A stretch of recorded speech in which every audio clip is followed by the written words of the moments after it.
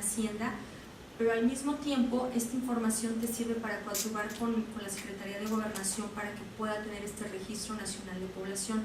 Eso fue uno de los puntos que también nosotros analizamos en cuanto a las transferencias de información que se estaban haciendo. Y pues bueno, tenemos que sí, la propia norma te permite esta parte en la que las demás dependencias y entidades se ven obligadas a contribuir con la CEGOP para la conformación de este Registro Nacional de Población. En este caso… No sé de esto precisamente la finalidad, en cuanto a Hacienda, que eran de los puntos que teníamos que, o sea, como entre los puntos que se tienen que esclarecer, Hacienda no se quedaría con los biométricos que no fueran necesarios, por ejemplo el iris, sino únicamente coadyuvaría para su recabación, pasando esta información a la Secretaría de Gobernación únicamente, que son de los puntos en los que tenemos que estar pendientes, ¿no? Porque como bien dices, Hacienda no tendría por qué tener el iris, ¿no? Pero en esta parte de coadyuvancia entre dependencias se logra esta parte. ¿Qué es lo que tendríamos que hacer aquí? Exigir medidas de seguridad muy robustas, que nosotros que nos garanticen que esa información que tiene una finalidad legítima y que bueno es para beneficio de todos nosotros, pero que esté resguardada, que esos archivos estén resguardados, sí. Una pregunta, ¿han verificado ustedes los mecanismos tecnológicos y de procedimientos de seguridad informática, etcétera, que está protegiendo esos datos que está recuperando? Es una muy buena pregunta. Sí, es una muy buena pregunta porque estamos en proceso de eso. La recomendación, les comentaba que el IFAI ya hizo una recomendación al primer proyecto, al proyecto de implementación, que era el proyecto conceptual. Esta recomendación que se encuentra en la página del instituto, cualquiera la puede checar, se les conocía como una PIA. Las PIA son manifestaciones de impacto a la privacidad que se dan ex antes a la aplicación de una política pública. En este caso, el IFAI acompañó a la CEGOP en esta parte de implementación cuando el proyecto era conceptual y se hicieron una serie de recomendaciones en cuanto a las medidas de seguridad que se tenían pensadas implementar. Ahorita la CEGOP ya está en una parte operativa del sistema. Se están en pláticas y bueno, ya se tienen avanzados los trabajos para hacer una verificación en cuanto a medidas de seguridad, ya la parte operativa del sistema. Cómo funciona el kit, cómo transmite la información, qué medidas de seguridad tienen implementadas para el resguardo de estas bases de datos, ¿no? Todo este tipo de cuestiones. Lo que a mí me preocuparía es en términos de archivo, porque finalmente es un archivo y si no se tiene todavía normatividad en materia de archivos electrónicos, pues quién sabe qué vaya a pasar, porque a nivel internacional se sabe perfectamente que los métodos y los procesos archivísticos son los que nos van a dar mayor control de los documentos. Claro, y esta parte, y déjame decir que sí, la CEGOP está preocupada y ocupada en tener medidas de seguridad muy robustas. Desgraciadamente sí, pero aquí nos salva un poco estas partes en cuanto a implementaciones de esquemas internacionales o mejores prácticas, ¿no? Uno de los lineamientos que ha emitido el Instituto, recomendaciones en cuanto a medidas de seguridad, están basadas en las familias de las ISO 27001 y ISO 27002, que son en cuanto a medidas de seguridad. Los esquemas que está practicando también la CEGOP están muy apegadas a esta práctica internacional. Totalmente de acuerdo. Que no cubre completamente. Y estamos, claro, no cubre completamente, pero es una parte importante, porque no estamos, vamos, en cero, ¿no? Y si son políticas en cuanto a cumplimiento de medidas de seguridad bastante robustas. Y estoy completamente de acuerdo con usted, hace falta normatividad en cuanto a archivos electrónicos. Primero necesitamos una ley. Así es. Sí, completamente. Y el doctor, yo creo que aquí hay una pregunta, en está una pregunta subyace muy interesante. Una cosa son las medidas de seguridad ISO 27001, que son las que vimos precisamente hace unas 3-4 clases, que dicen cómo es la seguridad informática, es decir, cómo no va a llegar el hacker bien para que el empleado no sustraiga, el externo no sustraiga, el virus no llegue. Ese es el entorno. Pero yo creo que aquí hay una… Y eso se cuida mucho y se busca precisamente el estándar, el ISO y los sistemas. Eso como que está ya más o menos conscientes los organismos y buscan y lo cuidan. Pero yo creo que lo que subyace en la pregunta de la maestra es toda esta cuestión de definición, porque si una cosa es decir, a ver, la norma dice que la seguridad es este empleado no va a cambiar el dato, no se lo puede llevar, etcétera. Pero al no estar definido como archivo todos los procedimientos y bueno, a ver, de entrada, ¿quién puede cambiar esta información? No desde el punto de vista informático, desde el punto de vista de concepto. Cuando se hace una cuestión de identidad, en un determinado momento alguien puede llegar y decir, oiga, está mal, mi nombre lo escribieron sin H y era con H, cualquier captación ahí de información. Pido que se rectifique. Ah, está bien. ¿Quién es la persona? ¿Bajo cuáles son los mecanismos? ¿Cómo se define ese archivo en cuanto a toda su estructura? ¿Cuál es el tratamiento? Y esto es al margen de la seguridad informática de los archivos, sino la definición, y es a lo que digo, estas leyes o definiciones de estas entidades como archivos, con todo el tratamiento de archivos, creo que ahí todavía hay una cuestión, sí, hay una laguna inmensa. La parte de seguridad informática es la que ya no me preocupa tanto, porque como ya se creó psicosis, sí que no se mete el virus, el hacker, y entonces todo está bajo 7 llaves, pero falta esta parte. Oye, ¿y quién es el responsable de administrar este archivo y de poderle quitar una cosa o cambiar o dárselo al tercero? ¿Y quién es el que puede manejar este dato? Creo que ahí subyace todavía una laguna muy grande. Yo también coincido en toda esta cuestión del tratamiento de esta información. Y digo, y es un tema bastante importante, ¿no? Lo que ha hecho el instituto es emitir ese tipo también, son lineamientos, ¿no? Lineamientos en cuanto a materia archivística, que también se quedan un poco cortos, porque tiene que ir de la mano con el Archivo Nacional de Información. Entonces, estas partes de coordinación es en donde estamos ahí atorados también, como dice la ley, falta la ley, se tiene que aprobar esa ley. Exactamente. Perdón. Un personal. Mi IFE, desde que me lo dieron mal. En ese momento yo argumenté que no era mi nombre completo. Y me dijeron que no les cambié. En la credencial. A raíz de entonces, bueno, ya no me acuerdo. Laura María Cristina. Mi madre la verdad. Ya no me está bien. Laura María. Y Cristina, pues no. Entonces yo no soy. Pues mi acta de nacimiento, mi pasaporte, el IFE. ¿Qué tengo que hacer? Porque he tenido problemas serios en los bancos, porque no soy la misma persona. En el momento que yo decidí. Sí, claro. Y ese siguen problemas, claro, sí, de identificación, por supuesto. Sí, dentro del IFE. Ahora, ¿qué me corresponde hacer? Acudir al IFE. Aquí el IFE es otro sujeto obligado. O sea, nosotros como IFAI tenemos cobertura o en nuestro ámbito de aplicación para dependencias y entidades de la administración pública. Al IFE le aplica la ley de transparencia. Tendría que tener los procedimientos específicos para modificaciones en cuanto a la credencial del lector, que sí los tienen manuales, y tienen lineamientos, y tienen operaciones para modificaciones en cuanto a la ley en cuanto al padrón electoral en sí, ¿no? Y credencial del lector. El IFE es un sujeto obligado de la ley, pero no es sujeto regulado, bueno, no entra dentro del ámbito de aplicación del IFAI, porque es un ente autónomo.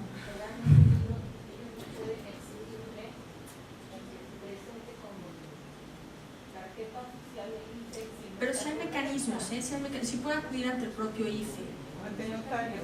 con su acta de nacimiento y haciendo todo este tipo de aseveraciones en cuanto a que, pues bueno, ahorita precisamente son de las partes en lo que, ¿por qué la CEDOP quiere sacar esta cédula de identidad? Porque la única medio de identificación que tenemos ahorita reconocido pues, es la credencial del lector, que no debería de ser así porque su elemento o su finalidad es fina, ¿no? Completamente, pero bueno, es nuestra credencial de identificación actualmente, ¿no? Pero sí tiene, el IFE sí tiene mecanismos para hacer este tipo de correcciones dentro de los padrones. Entonces sí, y de hecho puede ingresar a la página del IFE para que ahí mismo vea qué módulo le toca, y no solamente es como para hacer una reposición en cuanto a credencial, sino es una aclaración de datos. ¿Y la repercusión que va a tener esta posibilidad? Sí. Sí. Un notario se lo ve. ¿Un notario? Sí, yo le digo después. No le soluciono porque yo tengo por una letra problemas. También, y bueno, y esto nos lleva precisamente a este tipo de circunstancias en las que las dependencias y entidades sí nos tienen que dar las facilidades para que podamos hacer el ejercicio de estos derechos. Todo esto que estamos planteando son ejercicio de derechos, es un derecho de rectificación. yo tengo mi documento que comprueba que soy fulanita de tal y me estás poniendo dentro de tu archivo un nombre que no corresponde al mío. Es una rectificación. Esos son los mecanismos que tenemos que tener previstos y que, bueno, dentro de esta parte como ciudadanos o como titulares del dato los debemos exigir, y que dentro de esta otra parte como servidores públicos pues los debemos de otorgar, ¿no? Dar esas facilidades a nuestro interior de nuestro organismo, ver que realmente si nosotros somos una entidad en la que tiene que hacer este tipo de tratamientos, implementar los mecanismos necesarios para que pueda hacerse efectivo el ejercicio de los derechos, ¿no? Que son las partes también que ya tenemos ya con esta nueva ley tenemos dentro de la administración privada, ¿no? Y bueno, esta parte del principio de proporcionalidad, lo que les comentaba, es precisamente esto, que no nos pidan datos más allá de los que sean estrictamente necesarios. Llegó también dentro de las quejas o comunicados que nos llegan al instituto, que para ganarse una bolsa de croquetas dentro de un supermercado, pedían un formulario en el que venían pues, todos tus datos personales, ¿no? Correo, no solamente los de identificación, sino mucho más allá. Esta parte es la que ya va a estar regulada por la ley, pero también nosotros como ciudadanos, como titulares, nuevamente debemos decirle ¿para qué quieres toda esa información? Nada más para otorgarme un premio en un concurso. Entonces nosotros también tenemos que ser ya medidos con los datos que damos bajo estas debidas proporciones, en el cual decir, bueno, sí son necesarios porque estoy teniendo una relación contractual contigo, los requieres para el cumplimiento de la misma o no. También no tenemos que caer en el otro extremo, en no dar datos personales. La información es necesaria para el flujo dentro de las actividades comerciales, necesaria para el flujo de las administraciones públicas, para la conformación de archivos, sigue siendo necesaria. Pero hay que medir, hay que nosotros también saber y exigir qué tipo de datos realmente requieren para cumplir con las finalidades y cuáles resultan desproporcionales, ¿no? En base a estos principios.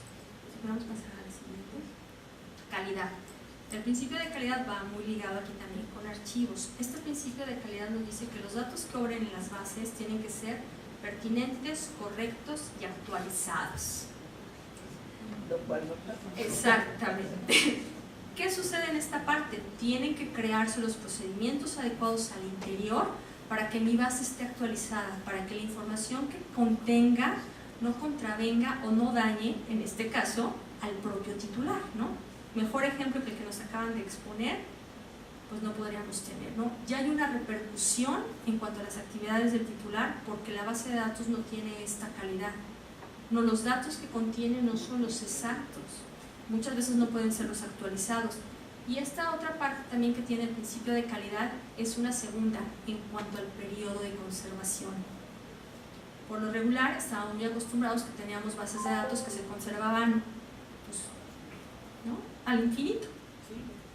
Y no había realmente un periodo en el cual, y a nivel electrónico pues nos facilitan más las cosas, ¿no?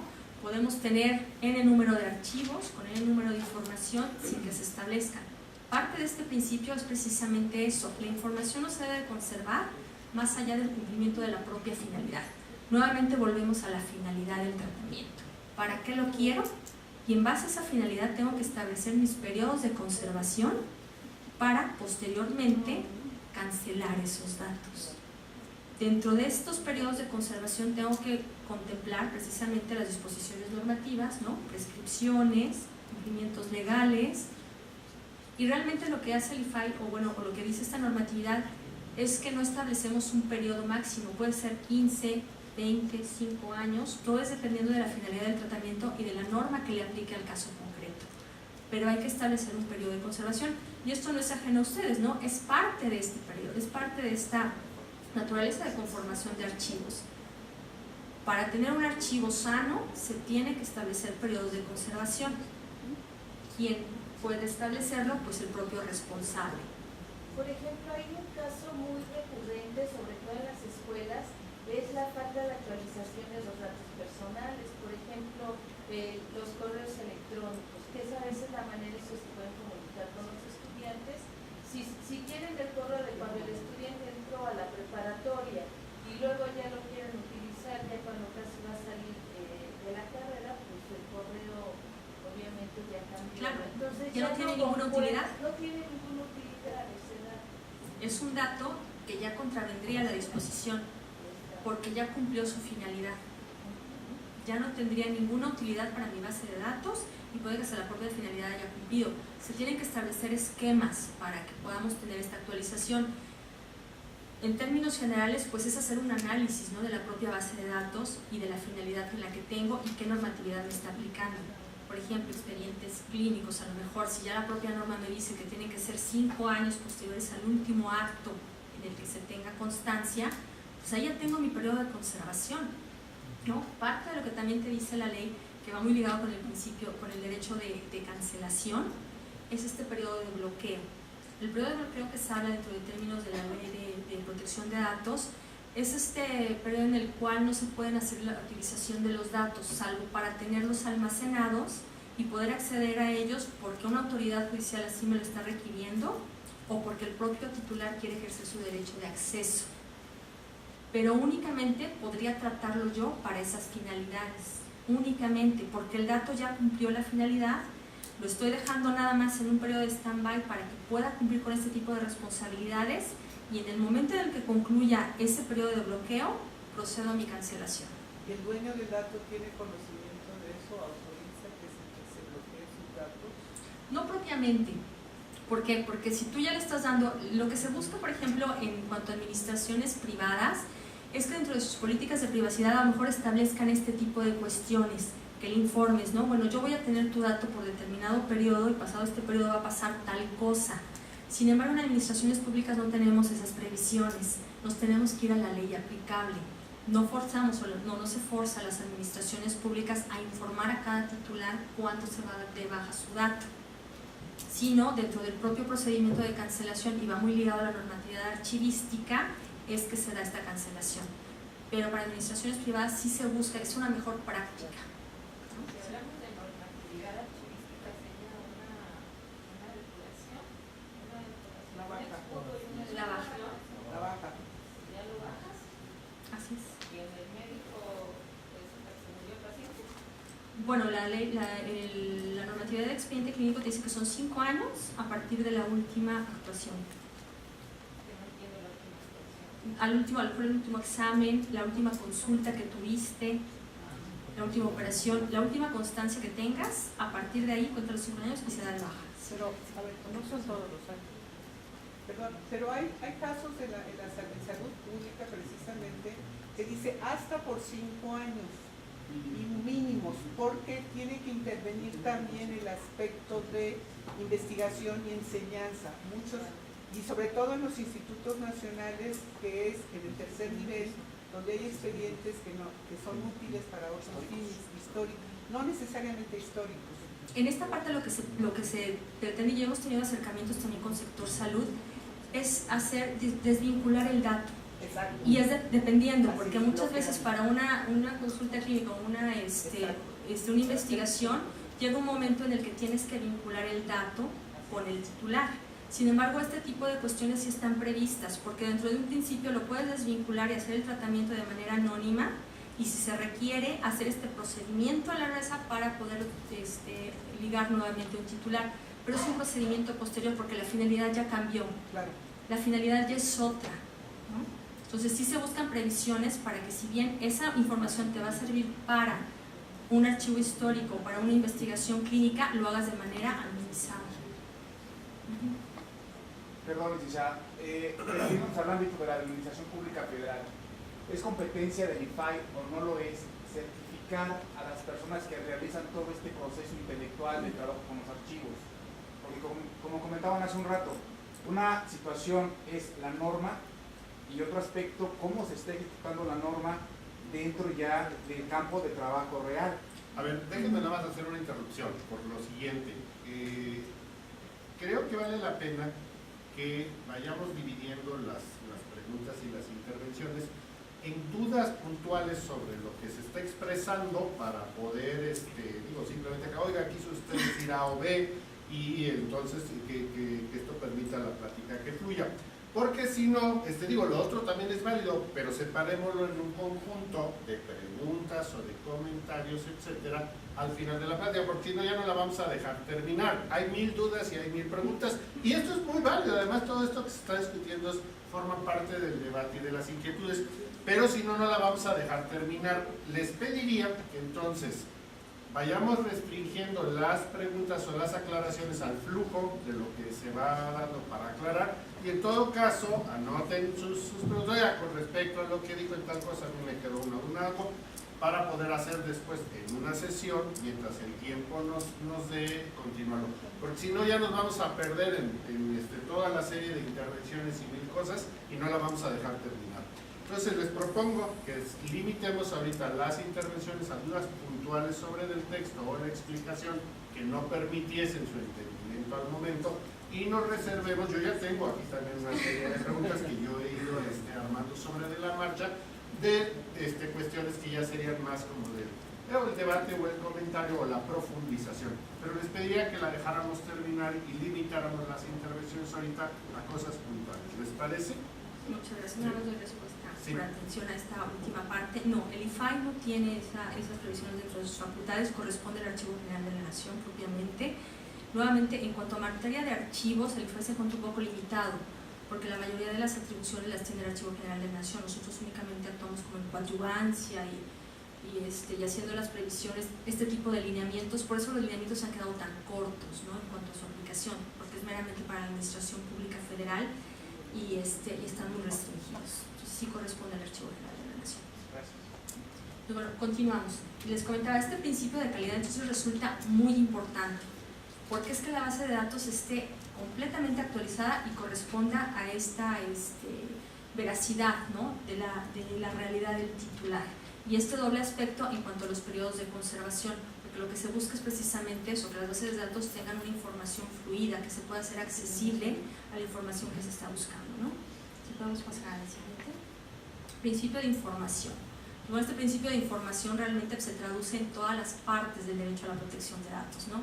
Es el que nos digan qué van a hacer con nuestra información, quién la tiene, para qué la tiene, dónde puedo ejercer mis derechos, qué finalidades tiene el tratamiento que me están pidiendo mis datos personales, si van a transmitir estos datos personales y las generalidades que va a tener este tipo de tratamiento.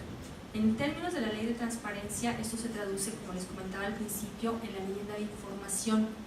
En términos de la ley de particulares, es el aviso de privacidad, ¿no? Entonces, esta es la parte en la que nos tienen que hacer saber, al momento que nos recaben la información, todo este tipo de previsiones, para que nosotros sepamos, entonces, de una manera consciente y demos nuestra autorización, si es que se requiere de una manera expresa, y si no, simplemente estemos informados, tengamos esta parte de conciencia de qué están haciendo con nuestra información, ¿no? Entonces es muy importante que nosotros, nuevamente como titulares, exijamos esta parte y como responsables de algún tipo de tratamiento, demos las provisiones adecuadas para hacer del conocimiento de los titulares las generalidades del tratamiento al que serán sometidos sus datos personales. Si pasamos al siguiente. Y bueno, el principio de consentimiento. Como les comentaba, el principio de consentimiento se considera la piedra angular del derecho a la protección de datos, porque es esta autodeterminación informativa, ¿no?, de la que hablábamos al principio. Me estás informando y estoy consintiendo en el tratamiento, pero tienes que tener estas dos, ¿no?, infórmame y consiento. Para administraciones públicas ya vimos que se encuentra un poco modulado, porque todo está en base a las facultades que se tenga para hacer este tipo de tratamiento de datos personales. Pero bueno, el consentimiento, como todo, es la manifestación de la voluntad del titular para que sus datos sean tratados, ¿no?, conforme se nos están pidiendo y para las finalidades que se les están requiriendo. Como todo, existen excepciones al consentimiento, como ya lo vimos, que es cuando una ley así lo determina. Yo no puedo ponerme ese tipo de tratamiento, tengo que dar ese dato para que se lleve a cabo, ¿sí? Si pasamos al siguiente. Y pasamos a este principio. La Ley Federal de Transparencia contempla la custodia y cuidado, que no es otra cosa que la responsabilidad que tienen las personas encargadas del tratamiento de los datos de cumplir de manera oportuna y puntual con todos los principios que acabamos de ver, con la salvaguarda de la base de datos, con el permitir el ejercicio de los derechos y se responsabilizan en cuanto al mal uso que se pueda dar de la información. Como bien les decía, nosotros retomamos al principio de la charla, retomamos muchos de los principios que en materia internacional, en la Comunidad Europea, en el derecho europeo se vienen desarrollando. Esto es uno de los más importantes, porque se tiene que dar también las previsiones para ver quién va a responder de esa información. Tiene que haber un responsable que me garantice el buen uso de mi información, que la información sea custodiada de una manera adecuada. ¿Sí? Pasamos a la siguiente, por favor. Y pues bueno, esto nos lleva a los deberes que tiene que tener el responsable. Dentro de esto se encuentra el deber de confidencialidad, que mantenga la base en secrecía, en discreción, que no pueda ser accesible bajo las personas únicamente que se encuentran autorizadas para el tratamiento de las mismas. Este tipo de deber de confidencialidad también se encuentra un poquito modulado dentro de las administraciones públicas, como bien sabemos por la propia ley de transparencia, en base a la publicidad que se tiene de los archivos, ¿no? Por regla general, como comentábamos al principio, la información que ahora dentro de los archivos de las dependencias y entidades, por su naturaleza, es pública, salvo las excepciones que la propia ley señala. Entonces, en base a esto, esta confidencialidad se puede ver un poco modulada nuevamente si así hay una norma que lo determine, ¿no? Y pasamos a la siguiente, por favor. Deber de seguridad. Nuevamente, dentro de las obligaciones que tiene el responsable es mantener este deber de seguridad, que es lo que hablábamos, ¿no? Mantener la integridad, confidencialidad y disponibilidad de la base de datos para evitar su alteración, pérdida, transmisión o acceso no autorizado, ¿no? Son todas las previsiones que tiene que tener para el resguardo de la base de datos personales. Dentro de estas medidas de seguridad, que nos enfocamos un poco más, la ley de transparencia, nuevamente los lineamientos contemplan ciertas previsiones que tienen que cumplir los responsables de las bases de datos en cuanto a la aplicación de medidas de seguridad, dependiendo si es una base, nuevamente un soporte físico, si es un soporte electrónico.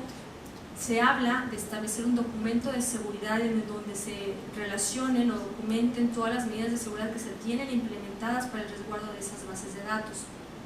Para administraciones privadas, ya dentro de la ley de protección para el sector privado, realmente se está pensando también en la aplicación de un documento de seguridad. Y nuevamente se tienen que hacer las adecuaciones para que estas dos normas estén empatadas y vayan acorde con las nuevas tecnologías de la información, para que no haya un desfase en cuanto a las aplicaciones que pudiera prevenir la norma y bueno, las que actualmente se encuentran ya en aplicación, ¿no? Entonces, parte de estas medidas son precisamente la seguridad, el tipo de seguridad y el nivel de protección. Vamos a pasar a la siguiente. Y bueno, hablando un poquito de medidas de seguridad. Dentro de la definición de medidas de seguridad, pues bueno, se encuentra el proteger los activos. Nuevamente, esta es una parte un poquito técnica, ya más especializada, ¿no? Las medidas de seguridad que en su momento plantea el instituto, como les comentaba, están basadas en la familia de las ISO, en lo que son todas las prácticas internacionales. Tener una organización, hacer una evaluación al interior para ver qué medidas de seguridad tienen que tener. El instituto había emitido una serie de recomendaciones en cuanto a medidas de seguridad, también son consultables en la página. Sin embargo, esto fue en 2005, entonces las mismas ya se cuentan un poquito rebasadas por la nueva aplicación de tecnologías. En esas recomendaciones se había hecho una división en cuanto al nivel de seguridad de los datos y se había hecho un esquema en dividir en datos de nivel bajo, medio y alto, ¿no? Dependiendo del tipo de dato en el que se encontraba. Por ejemplo, datos de identificación estaban contemplados dentro de un nivel bajo, datos patrimoniales estaban dentro de un nivel medio y datos sensibles, con los que vimos, ¿no? Preferencias religiosas, sexuales, etcétera, estaban dentro de un nivel alto. Sin embargo, en un análisis más a fondo, también se vio que no solamente este tipo de valor del dato se da en razón de la característica per se del mismo, sino a lo mejor del valor comercial que pudiera tener afuera, ¿no? O de la propia finalidad que se tiene. Por ejemplo, una base de datos de un banco es mucho más valuada afuera que a lo mejor una base de datos, no sé, de puros identificación de un centro comercial, ¿no? Entonces, dependiendo de ese tipo de valores, es que se está buscando un nuevo esquema para establecer medidas de seguridad. En ese sentido, también se tiene que ver el valor que se tiene el dato y la finalidad del mismo. Por ejemplo, nos planteaban algunas organizaciones: yo a lo mejor recabo datos de salud, pero es en base a mi finalidad que tengo como una organización civil, no lucrativa. Entonces me estás exigiendo medidas de seguridad altas que no tendrían que ver con mi finalidad y sí me crearían costos excesivos, ¿no? Que a diferencia, por ejemplo, de un banco, ¿no?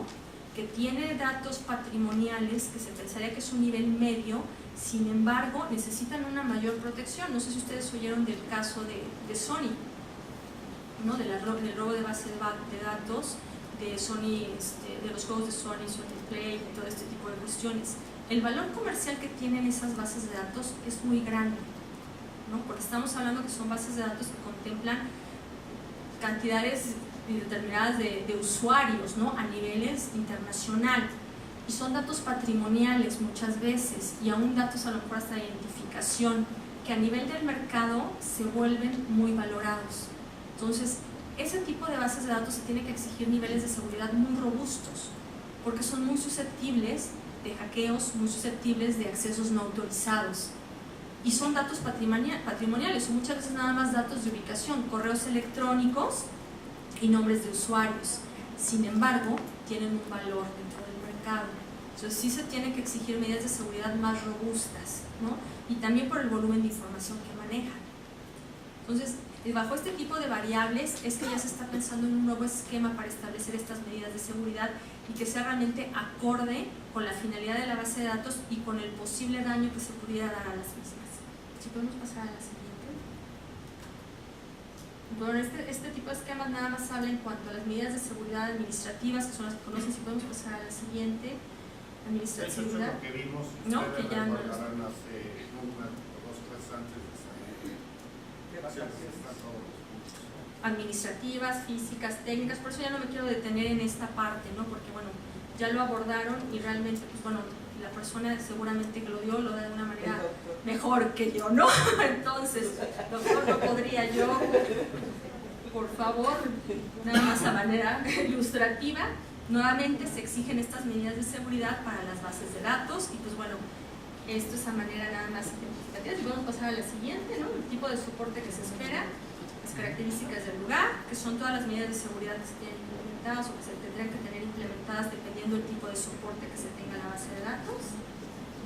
Y si pasamos a la siguiente. Si podemos, que estas son medidas de seguridad, ¿no? Y transmisiones. También para las transmisiones se tienen que tener previstas medidas de seguridad, nuevamente por la naturaleza de la información. La transmisión implica que voy a hacer la comunicación del dato a una persona que se va a volver responsable de esa información. Entonces, si bien se pensaría que mi responsabilidad termina al momento de que yo la paso, la propia materia te dice que no, porque tienes que ser responsable de cómo transmitiste esa información, porque a lo mejor en el transcurso de la transmisión es interceptada, es robada, es modificada, ¿no? O es usada para una finalidad que nosotros no queríamos tener autorizada. Entonces, como responsable del tratamiento, tengo la obligación de prever las medidas de seguridad adecuadas para el momento de que yo haga mi transmisión de datos. También tengo la obligación de que si hay alguna modificación dentro de mi base de datos, si el titular revocó el consentimiento para algún tipo de tratamiento de la base de datos, esto yo se lo comunique a la persona que le transmití esa base de datos, para que a su vez ella tome las medidas conducentes para modificar el dato o hacer la modificación de la base de datos y en su momento o en su caso hacer la revocación del consentimiento y dejar de tratar ese tipo de datos personales. Entonces las transmisiones que se hacen de la información también están reguladas, también se tienen que prever de una manera muy robusta para que no haya una transferencia que no esté autorizada, que la información en el momento en que se transmita pueda ser accesada. Bueno, igual es que son medidas de seguridad en cuanto a transmisiones, que también ya las vimos, no podría yo exponerlo de una manera mejor. Igual el tipo de las transmisiones que se contemplan dentro de la ley de transparencia, bueno, también son las transmisiones institucionales, internacionales, con entes o organizaciones privadas, ¿no? Que son las que se podrían dar. Modalidades, pues bueno, me imagino que también ya las vieron en cuanto a las modalidades: traslado de soporte físico, traslado de soporte físico y soporte electrónico, y la media transmisión con soporte electrónico, y nuevamente de medidas de seguridad que ya también las vieron, ¿no? Nada más a manera de explicación. Si podemos pasar también a la siguiente. Y pasamos a los derechos. ¿Andamos bien en tiempo? Si no es... ¿Sí? Aquí ya pasamos a los derechos. ¿Qué derechos tenemos nosotros como titulares y cuáles son los que los contemplan? Como vimos con la reforma al artículo 16, al sexto constitucional, perdón, la Constitución ya contempla el derecho de acceso, rectificación, cancelación y oposición. En términos de la Ley de Transparencia, únicamente contemplamos dos derechos, el derecho de acceso y el derecho de rectificación.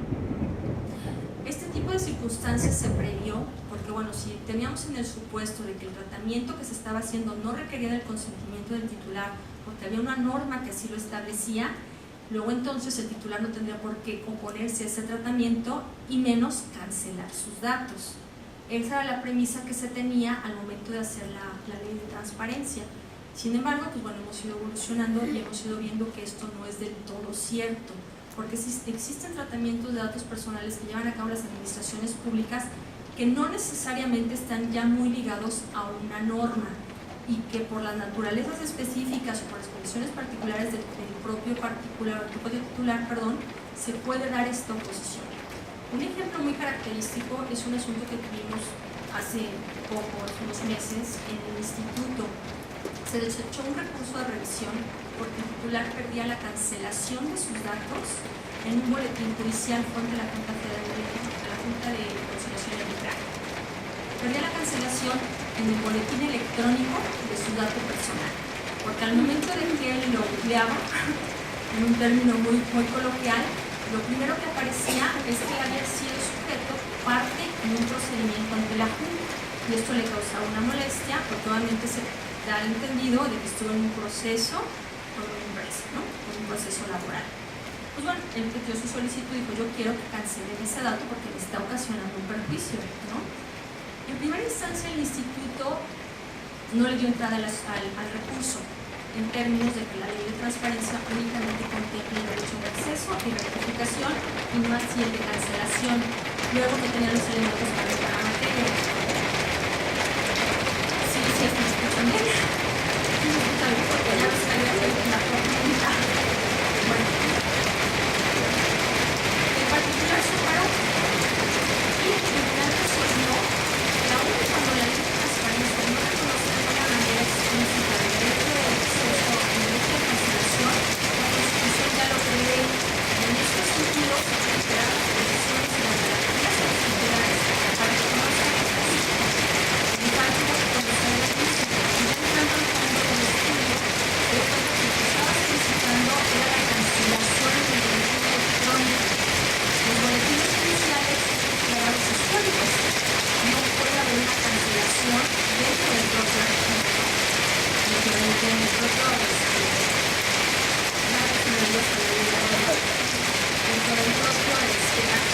Bueno, lo que se llevó a la conclusión es que si estamos hablando de un documento que estaba en el portal de internet, la gente dice: yo no puedo cancelarlo porque es un archivo histórico. Lo que hizo el FAI fue darle la resolución: emplea los elementos técnicos necesarios para que esta información no sea indexada por los buscadores. Esa es la parte en la que se protege. Entonces no estamos hablando propiamente de una cancelación, sino de una oposición a ese tratamiento. ¿Sí? Y estamos hablando dentro de la oposición tanto del buscador, llámese Google, llámese Yahoo, como dentro del propio responsable, que en este caso es la Junta. No se llevó una cancelación de datos, sin embargo se dijo: opera el derecho de oposición del titular en base a ese tratamiento electrónico. Entonces es un caso muy bonito porque realmente ya está garantizando el ejercicio de los 4 derechos aún en administraciones públicas.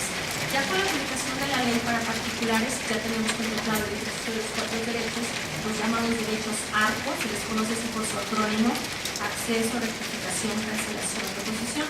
Voy a referirme un poquito a ellos de manera individual, ya platicándoles de este caso de antecedente.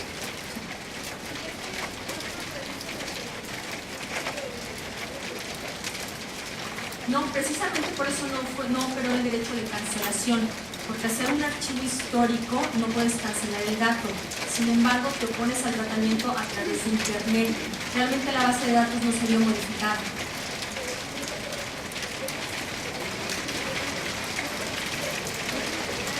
Pero lo que se modificó fue al buscador. Le dijo, emplea los elementos necesarios técnicos para que la información que tengas publicada en tu boletín policial no pueda ser indexada. ¿Qué quiere decir que no pueda ser indexada? Que los buscadores no la jalen, ¿no? Pero ahí no estás modificando información, estás haciendo que no sea